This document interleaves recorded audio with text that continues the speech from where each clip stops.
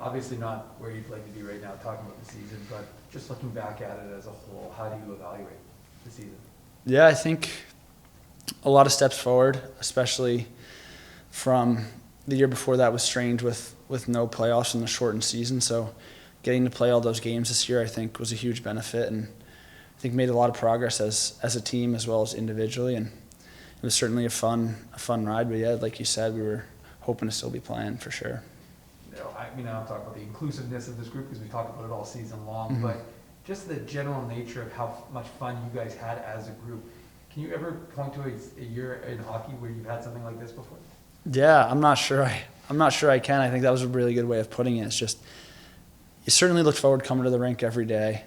I think our group had a big thing to do with that, as well as the staff did a good job of making it light and fun and interesting every day at the rink. So that was something that was a lot of fun this year, and hope it's something that we can keep going moving forward. And one thing we haven't had a lot of experience with is playoff hockey here, obviously, because of the way the situation, the way the season's canceled, or obviously the Canadian year. Yeah. You didn't have it last year. What was it like? Because I know Mark Morrison was talking about this idea of it's a different animal. And you've obviously played playoffs at lower levels, but playing it at the pro level, what was it like for you to even though, like you said, you guys didn't have as long run as you would have liked, but to get that experience? Yeah, I think the experience is really valuable. I think, it's a step more intense, maybe a step faster here and there. And playing at home in front of our fans here was an experience that was a lot of fun. And yeah, it was tough. It was hard to imagine last year being in a spot somewhere like this, and it was really fun. Yeah.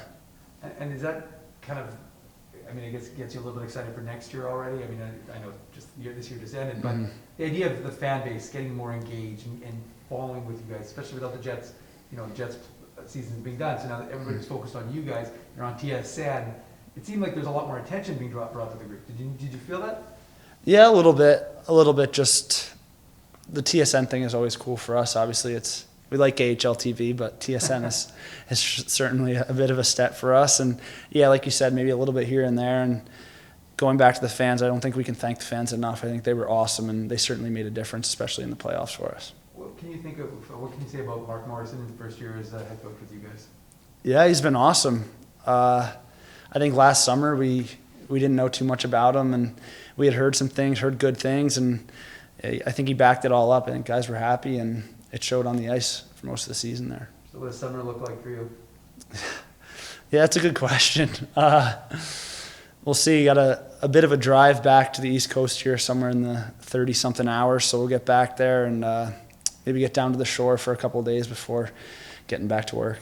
Cole, what does it also mean to wear an A on your chest this year? I know you captained Union previously, but to wear it at the pro level, what did that mean to wear a letter?